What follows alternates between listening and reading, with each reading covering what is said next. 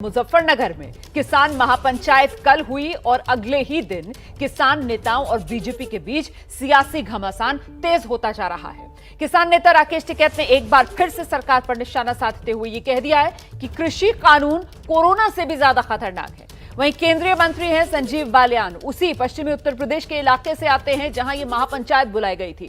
वो कह रहे हैं किसानों की महापंचायत को राजनीतिक तौर पर इस्तेमाल किया जा रहा है, इसीलिए किसानों की महापंचायत राजनीतिक पंचायत उसे करार दे रहे हैं संजीव बालियान। भीड़ तंत्र ही लोकतंत्र में सबसे बड़ा हथियार है। तो भीड़ इकट्ठा हुई, एक कोच पे इतने लोग एक जगह इकट्ठा होना है, वही सरकार को मैसेज है। क्योंकि ये समझ लेना चाहिए कि जनता आपसे नाराज है, तो आप अपने जो कार्यकलाप है उसमें सुधार करो। कोरोना काल से तो भयंकर बीमारी सरकार है, जो सरकार के कानून है वो कोरोना से ज्यादा खतरनाक है। कोरोना एक बार मारेगा, ये तो तिल तिल मारेंगे। राजनीतिक महापंचायत होगी, किसान महापंचायत तो रही नहीं। किसान के मुद्दे तो कल कम ही दिखाई दिए, वहाँ ज़्यादा बातें राजनीतिक हुई हैं। अलग अलग पार्टियों से लोग आए हुए थे, सभी बसों पे अलग अलग पार्टियों के झंडे थे। तो एक तरह से कह सकते हैं कि किसान के कंधे का इस्तेमाल किया जा रहा है राजनीतिक लोगों के द्वारा। फरवरी में चुनाव है, हम और आप मार्च में बैठेंगे। उत्तर प्रदेश में भारतीय जनता पार्टी की निश्चित रूप से सरकार बनेगी। सबको अधिकार है, हम सबके पास जाएंगे, हम इनके पास भी जाएंगे, सभी किसानों के पास जाएंगे जो आज हमारे विरोध में, उनके पास भी जाएंगे, वोट मांगेंगे। जो वोट देगा ठीक है, लेकिन मुझे पूरा विश्वास है कि भारतीय जनता पार्टी की सरकार बनेगी। तो ये सियासी बयानबाजी जो लगातार जारी है, और इससे पहले कल मुजफ्फरनगर में किसान महापंचायत के दौरान राकेश टिकैत ने भारत सरकार की तुलना तालिबान से कर दी। देखिए, आज कोरोना और कल तालिबान से। टिकैत ने कहा था कि अफगानिस्तान में तो खुलेआम तालिबान है, जबकि हमारे देश में, हिंदुस्तान में पर्दे के पीछे तालिबान है। ये जो राकेश टिकैत की तरफ से बयान दिया गया, इस पर बीजेपी की तरफ से कड़ी प्रतिक्रिया दी गई।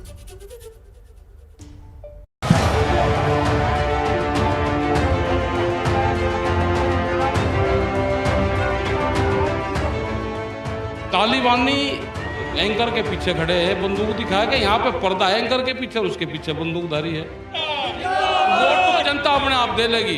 किसान आंदोलन का काफिला कल यूपी के मुजफ्फरनगर में था। मुजफ्फरनगर में बड़ी किसान महापंचायत आयोजित की गई। कहा गया कि चुनावी बात नहीं होगी, सिर्फ किसानों की बात होगी। लेकिन बातें चुनाव की भी हुई और तालिबान की भी। एबीपी न्यूज से एक्सक्लूसिव बातचीत में राकेश टिकैत ने भारत सरकार पर बड़ा आरोप लगा दिया। आरोप ये कि हिंदुस्तान की सरकार और तालिबान एक ही सिक्के के दो पहलू हैं। तालिबानी एंकर के पीछे खड़े हैं, बंदूक दिखाया कि यहाँ पे पर्दा है एंकर के पीछे, उसके पीछे बंदूकधारी है। तालिबान से तुलना कर रहे हैं देश के सरकार। यही कह रहा हूँ ना भाई, कैमरा और कलम पे बंदूक का पहरा है। हमने तो कहा कि सरकारी तालिबान देश में है।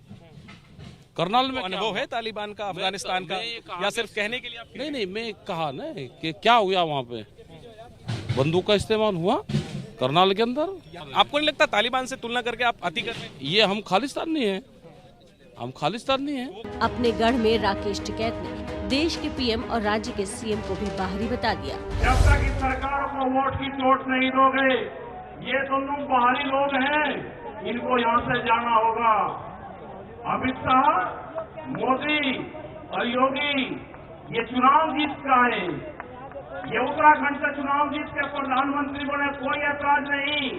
उत्तर प्रदेश की जमीन से जीत के गुजरात में गुंडागर्दी के दम पे आना हो, वहाँ पे पुलिस स्टेट है, वहाँ पे जीत के देश का प्रधानमंत्री बने, कोई ऐतराज नहीं। तो भारत सरकार को तालिबानी सरकार और साथ ही मोदी योगी को उत्तर प्रदेश में बाहरी करार देने वाले राकेश टिकैत, उनके बयान पर अब सियासी प्रतिक्रियाएं भी आ रही हैं। उत्तर प्रदेश के उप मुख्यमंत्री केशव प्रसाद मौर्य ने राकेश टिकैत के बयान पर ऐतराज जताते हुए कहा है कि पीएम और सीएम पर बयानबाजी करना ठीक नहीं है। केशव प्रसाद मौर्य ने कहा है कि पीएम और सीएम को जनता ने कुर्सी पर बिठाया है। केशव प्रसाद मौर्य ने यह भी कहा कि बीजेपी अपने कार्यकर्ताओं के दम पर चुनाव की तैयारी कर चुकी है।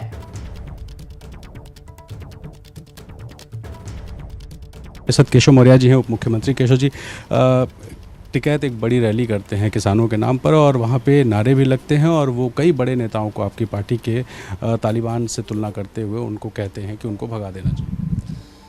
देखिए, जिसे देश की जनता ने स्वीकार कर लिया है उसे कोई बयानबाजी दे करके हटा देगा या भगा देगा या उसके सामर्थ्य की बात नहीं है।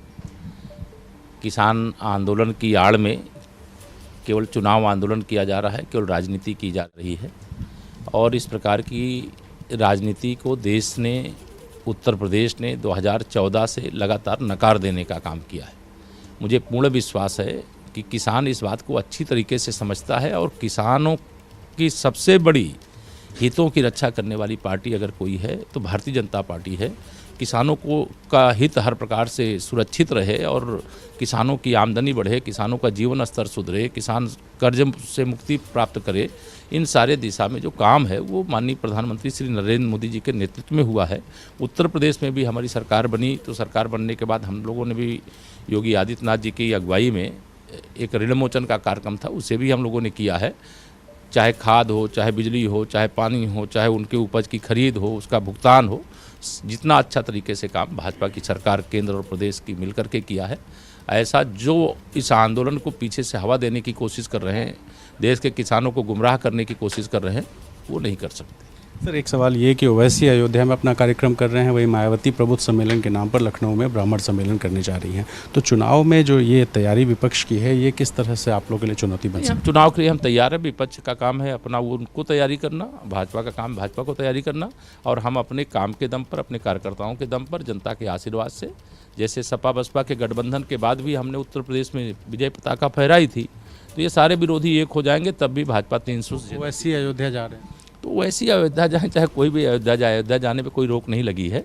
अयोध्या कोई भी जा सकता है, लेकिन अगर कोई ऐसी बयानबाजी जो तमाम सुर्खियां बटोरने के लिए करते हैं, इस प्रकार की बयानबाजी से लोगों को बाज आना चाहिए, क्योंकि उत्तर प्रदेश में हम लोग कानून व्यवस्था को बनाए रखने के लिए जो आवश्यक कदम है उठाएंगे। बयानबाजी पे आखिरी सवाल ये है कि मनोज पांडे और अजीज कुरैशी दोनों ने विवादास्पद बयान दिया है, क्या सरकार कार्रवाई करेगी? नहीं, मुकदमा दर्ज हो गया है, पुलिस उस पर जो कार्रवाई जांच करके कार्रवाई करेगी और मामला जो भी है अब न्यायालय के समक्ष जाएगा। लेकिन इस प्रकार का बयान दे करके जो भी सोचते हैं कि हम बहुत आगे बढ़ जाएंगे, वो बहुत गलत है। इस प्रकार की बयान देश के माननीय प्रधानमंत्री जी के बारे में देना, माननीय हमारे मुख्यमंत्री जी के बारे में देना, हमारी पार्टी के बारे में देना, जो महत्वपूर्ण पदों पर रहे हैं उनके लोगों के द्वारा दिया जाना, ये अस्वीकार है। धन्यवाद। तो आपने देखा केशव मौर्य जी, जिन्होंने साफ कहा कि बीजेपी की चुनावी तैयारी हो चुकी है और विपक्ष को जो करना है वो स्वतंत्र है करने के लिए, लेकिन इन सब विपक्ष की तैयारियों का कोई असर बीजेपी पर नहीं पड़ेगा। Ranveer, ABP news, Lucknow. तो बीजेपी जो है वो राकेश टिकैत पर, किसान महापंचायत पर निशाना साध रही है। वहीं बीएसपी अध्यक्ष मायावती, उन्होंने मुजफ्फरनगर में किसान महापंचायत की तारीफ की है और इसके बहाने समाजवादी पार्टी और कांग्रेस पर साथ ही साथ निशाना भी साध दिया। ये ट्वीट है बीएसपी सुप्रीमो मायावती का। मायावती ने ट्वीट किया है, उत्तर प्रदेश के मुजफ्फरनगर जिले में कल हुई किसानों की जबरदस्त महापंचायत में हिंदू मुस्लिम सांप्रदायिक सौहार्द के लिए प्रयास अति सराहनीय। इससे निश्चय ही 2013 में सपा सरकार में हुए भीषण दंगे के गहरे जख्मों को भरने में थोड़ी मदद जरूर मिलेगी, किंतु ये बहुतों को असहज भी करेगी।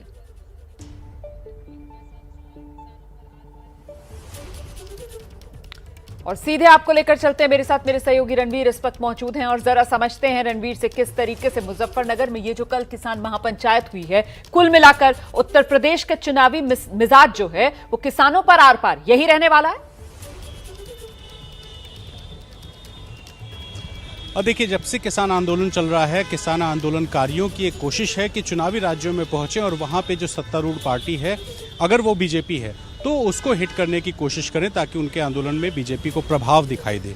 यूपी में चुनाव आने वाला है और लोकसभा चुनाव के बाद सबसे बड़ा चुनाव यूपी चुनाव होता है। ऐसे में अभी से ही राकेश टिकैत समेत जो अलग अलग किसान नेता हैं वो कोशिश कर रहे हैं। पहली कोशिश कल हुई मुजफ्फरनगर में और इसके बाद गोरखपुर, वाराणसी, लखनऊ समेत अलग अलग ज़िलों में भी किसान महापंचायत करने की कोशिश है और ये दिखाने की कोशिश है कि किसान अगर पूरे प्रदेश में एकजुट हो जाएगा तो भारतीय जनता पार्टी को नुकसान होगा। लेकिन वहीं अगर बीजेपी की तैयारियों को देखें तो अभी 3 दिन पहले ही मुख्यमंत्री ने किसानों का एक कार्यक्रम किया है। अलग अलग जो किसान संगठन हैं उनसे अलग अलग बीजेपी नेता मिलते हैं, बातचीत करते हैं।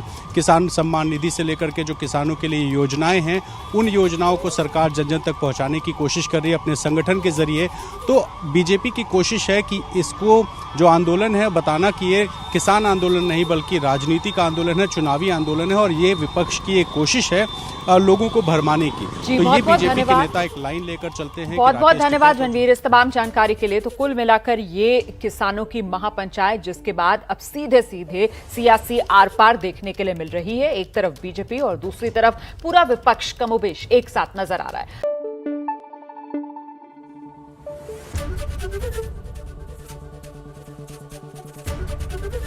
एबीपी न्यूज आपको रखे आगे।